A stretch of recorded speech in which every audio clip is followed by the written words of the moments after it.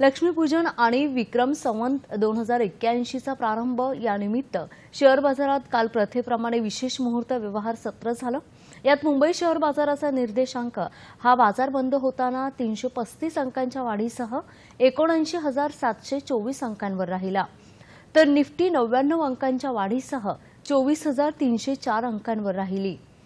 मुहूर्त ट्रेडिंगच्या काळात समभाग, commodity derivatives, currency derivatives, equity futures and options आणि एसएलबी अशा अनेक सेगमेंट्समध्ये व्यवहार केले गेले। भारतीय शेअर बाजाराच्या प्रगतीबाबत राष्ट्रीय शेअर बाजाराचे व्यवस्थापकीय संचालक आणि मुख्य कार्यकारी अधिकारी आशीष कुमार चौहान यांनी समाधान व्यक्त केलं। 10.5 10.5 करोड़ निवेशक यूनिक इन्वेस्टर है और 20 करोड़ अकाउंट्स है एनएससी में, तो करीब 25% की बढ़ोतरी हुई है, 20 से 25% की बढ़ोतरी हुई। उसके साथ जो निफ्टी इंडेक्स है उसने भी 25% एक तरह से रिटर्न्स दिया है, और निफ्टी 500 इंडेक्स है उसने 30% तक रिटर्न्स दिया हुआ है। तो मुझे लग रहा है कि ओवरऑल पिछले एक आध महीने में आपने थोड़ा एक ढीलापन देखा होगा स्टॉक मार्केट के अंदर, लेकिन ओवरऑल उसके बावजूद जो स्टॉक मार्केट ने रिटर्न दिया है वो बहुत लाजवाब है, और विश्व में कहीं भी ऐसा रिटर्न्स नहीं आया है।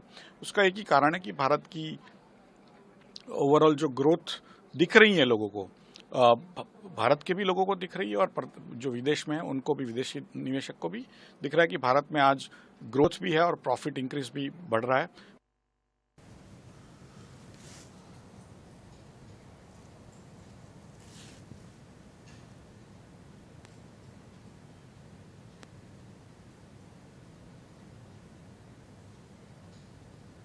चार सालों में बहुत विकास हुआ है, शेयर मार्केट में बहुत डेवलपमेंट हुई है। हम 40 लाख करोड़ से 60 लाख करोड़ तक पहुंच गए हैं, और आगे भी मेरी आशंका ये है कि आगे और बढ़ता रहेगा, क्योंकि हमारे जो भारतीय इन्वेस्टर्स हैं इनके पैसे बहुत ज़्यादा आ रहे हैं। इनके वो पैसे जो है उससे हम इसकी बढ़त देखते रहेंगे।